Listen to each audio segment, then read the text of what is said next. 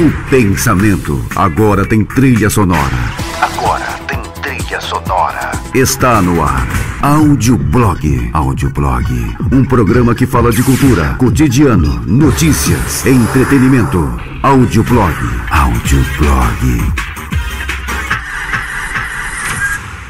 Vamos falar sobre atendimento e relacionamento do comércio joinvilense com os seus clientes. Que é uma coisa bem complicada, né?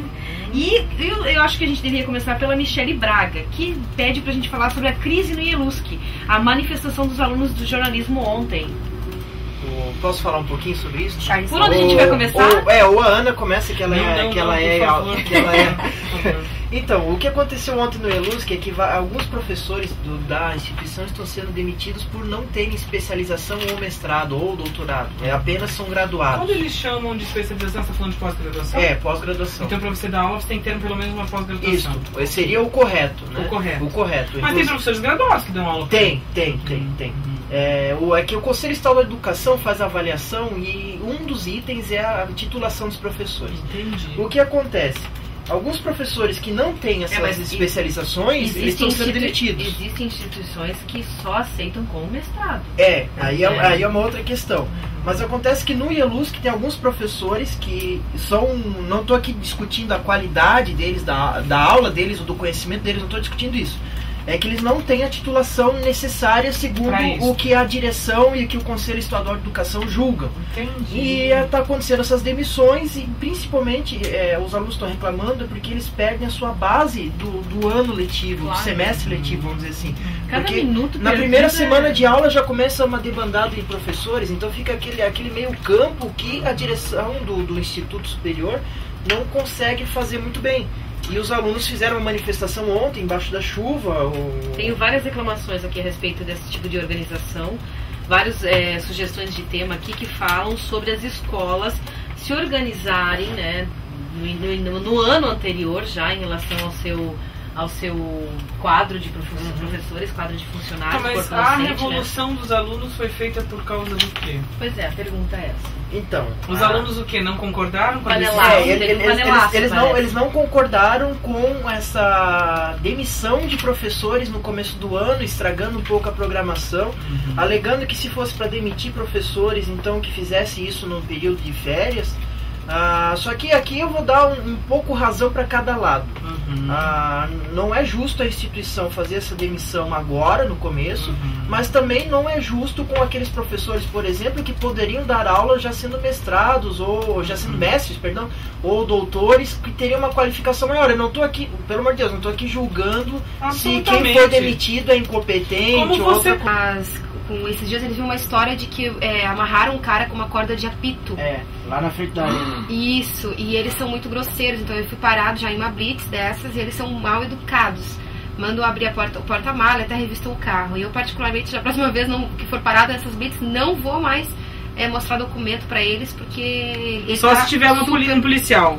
Só se tiver polícia. O pessoal da CONURB, como agente de trânsito, tem autonomia pra pedir documentos, tal? Como é que funciona, Charles? Então, existe um convênio da CONURB com a Polícia Militar de Santa Catarina e que permite ela fazer essa averiguação de documentos, essas blitz. Existe um convênio. O que acontece, que gerou toda essa polêmica, é que em Joinville tem 2 batalhões da Polícia Militar. Tem o Comando Norte e o Comando Sul, vamos dizer assim. Entendi. Claro, cada um tem a sua numeração. E o comandante do Norte, o Edvar Bedin, inclusive, uma grande figura, ele falou, deu a opinião pessoal dele que acabou virando algo meio que institucional, assim, vamos dizer, porque o Edvar é uma pessoa muito forte dentro do comando da polícia. Um formador de opinião. E ele falou que, para ele, o certo não seria a CONURB fazer esse tipo de cobrança, porque quem deveria fazer isso é a Polícia Militar.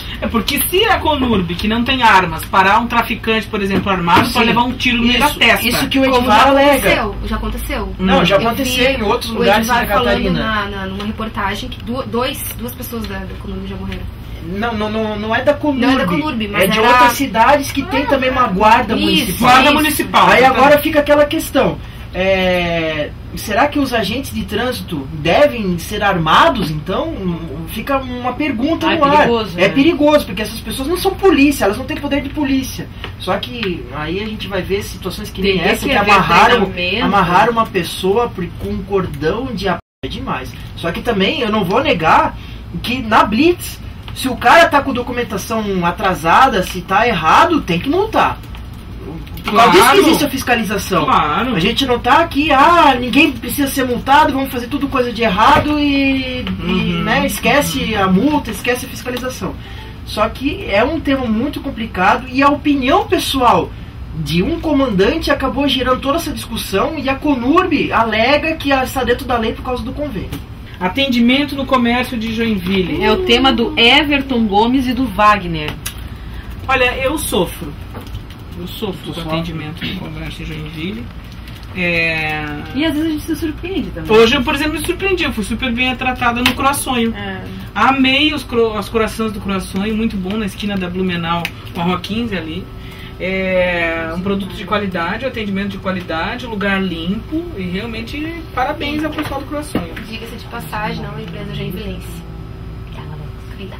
É uma franquia? É uma franquia de Caxias do Sul. Agora uma empresa... Agora, tem alguns lugares assim, que o atendimento é complicado, que eu evito de ir exatamente porque eu já sei que o atendimento não é lá essas coisas. A gente estava conversando na sala de aula esses dias sobre os postos de gasolina. Que colocaram meninas, né? Em muitos postos tem meninas. E que algumas são simpáticas. Não, algumas pessoas estavam reclamando do tratamento ruim mesmo, do atendimento ruim. Das meninas dos postos de gasolina. O pessoal na sala de aula estava comentando. Eu não sei, Joinville é uma cidade que eu percebo assim, uma falta de treinamento por parte dos atendentes.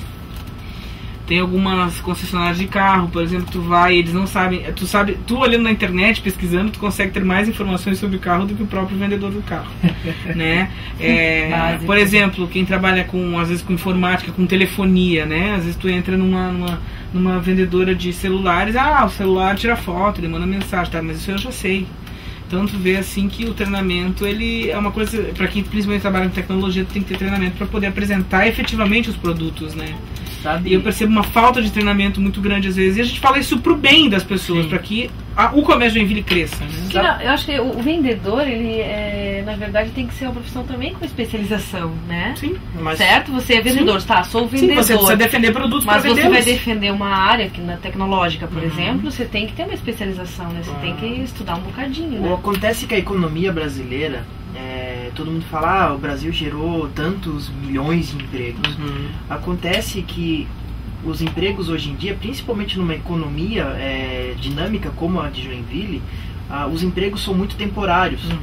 E o emprego temporário, o dono da loja, lá, o investidor, ele não vai botar o seu funcionário para fazer um longo treinamento, uma especialização, porque ele sabe que daqui a 3, 4 meses ele vai demitir, porque as vendas vão cair, vai ser uma baixa temporada, e depois lá, por exemplo, no Dia das Mães ou no Natal, ele vai contratar mais gente temporária, que vai ficar por 4 meses e assim vai se reproduzir. Não só isso, Charles, os empresários, microempresários principalmente, reclamam muito do pessoal desistir, começa a trabalhar, não gostei, vou embora. Sim, mas é porque tem que acordar cedo, não venho. O setor de tem que trabalhar no sábado, não vou. A dona Tereza da Vanessa Moda sempre comenta com a gente como é difícil, né? Diante de um desafio de procurando gerente para a loja, como é difícil, gente comprometida, gente, né, que esteja a fim de assumir o compromisso de uma loja, porque assumir uma gerência não é para qualquer um, né? Mas viciados em compras.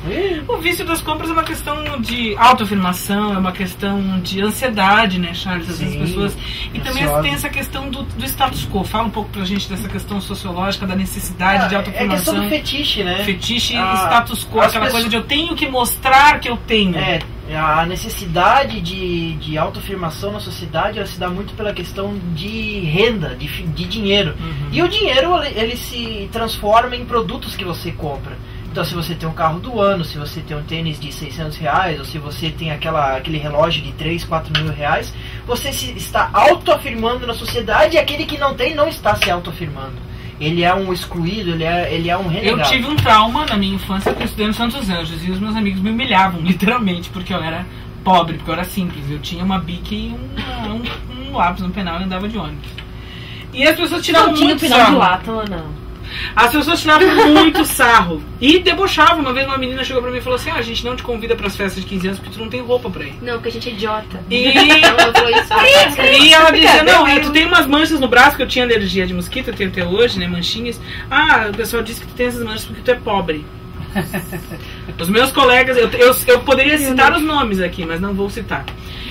Por uma questão de ética. A Vanessa tem 3 tipos de xerique diferentes. E eu cresci. Aquela lá, era que falava, assim, eu vou lá falar com essa mulher. Vanessa, calma, Vanessa. Esses dias eu encontrei uma dessas pessoas e falei assim: aquela ali falava isso, isso, aquilo. Aí, e eu cresci. Tu é feliz? O que tu aprendeu? E eu cresci estigmatizada com isso. E me tornei uma pessoa, durante um tempo da minha vida, que tinha vontade de ter as coisas pra mostrar pras pessoas que elas não iam mais me humilhar. E a gente precisa ser liberto mesmo, espiritualmente, por Deus, e também na nossa consciência, na nossa racionalidade, na nossa alma, dessas questões que nos perseguem e nos oprimem, porque de fato nós não podemos ser medidos pelo que nós temos, mas sim pelo que nós somos. Isso é muito mais importante. O colégio, eu digo aqui colégio, não estou falando universidade. Graças a Deus eu sou liberta disso. Grau. Ali quando você está com 14, 15, 16 anos, é horrível. Dependendo da companhia, você ou cai para depressão rapidamente, ou você cai para exclusão social rapidamente, ou você cai para drogas, para sexo fácil, para todas essas questões, porque ali você está se formando. E você precisa se autoafirmar de alguma forma. E precisa se autoafirmar de alguma forma. Ou na compra de produtos, né? Você vai comprar carro. Ou através da sedução, né? O pegador ou a pegadora, isso, né? Ou aquele cara que tem a bandinha de rock, ou sei lá o que. Aí sabe o que eu fazia pra me autoafirmar? Porque eu precisava dizer, olha, eu presto pra alguma coisa. Eu cantava no recreio. Cantava, porque eu sempre tive uma voz boa, né? Cantava desde criança. Daí eu sentava nas rodinhas e cantava as músicas que eram balada do social. Daí o pessoal dizia, canta pra gente ouvir aí. Daí eu me lembro uma vez, a Cristiane Hansen, uma querida. A Cristiane Hansen não tem nada a ver com isso, tá? Ela nunca me disse nada ruim. A Cristiane Hansen é uma linda, querida, tem uma filhota linda, tá casada, tá super bem. E ela sempre dizia pra mim, inclusive ela foi uma das pessoas que sempre me respeitou e me tratou muito bem, a Cristiane Hansen, filha do Carl Hansen. Ela dizia assim pra mim, um dia tu vai ser cantora, porque tu canta muito bem, Peixe, tu canta muito bem, um dia tu vai ser cantora. Caminho da Graça. Todo mundo conhece, o Caio Fábio, que já foi presidente da Associação de Pastores do Brasil e também da Vinde, da Fábrica de Esperança. Trabalhava com ação social na época do Betinho, no Rio de Janeiro, na década de 80. Sociólogo. Exatamente. O Caio Fábio é uma grande figura internacional. E ele hoje, claro, tem uma vida completamente diferente. Hoje não lida mais com isso. E ele, recebendo de Deus a revelação sobre o Evangelho, a vida espiritual incondicionalmente à religião, né? Viver a espiritualidade incondicionalmente à religião. Ele tem um movimento chamado Caminho da Graça, que são pessoas que se reúnem em casas, em hotéis ou em qualquer lugar, em salas de hotéis, né, de convenções, ou seja, qualquer lugar, para falar do amor de Deus e viver o amor de Deus de forma livre, sem a opressão e o jugo da religião. Então, você que me ouve no Gotas de Pensamento e conhece, né, as mensagens, sabe da seriedade que a gente leva o Evangelho, como pecadores que somos, que vivemos pela graça e pela misericórdia de Deus, nós temos agora um grupo do Caminho da Graça aqui em Joinville que se encontra todos os domingos às 8 da noite, na M4 Festas e Eventos, do lado da Foto Áurea, ali na rua, na Avenida Getúlio Vargas, ok? Então você é o nosso convidado, se você quiser um dia aparecer lá, nós compartilhamos o Evangelho. Se você quer uma vivência do Evangelho e ama o Senhor, incondicionalmente a religião, nós estamos lá, estudando a Palavra de Deus, orando, compartilhando, todos os domingos, na M4 Festas e Eventos, Avenida Getúlio Vargas, 653, ao lado da Foto Áurea. Você ouviu Audioblog, um programa que é a trilha sonora do pensamento. Trilha sonora do pensamento. 1 hora de pura expressão da cultura, do cotidiano, da notícia e do entretenimento de Joinville, do Brasil e do mundo. Do Brasil e do mundo. Audioblog.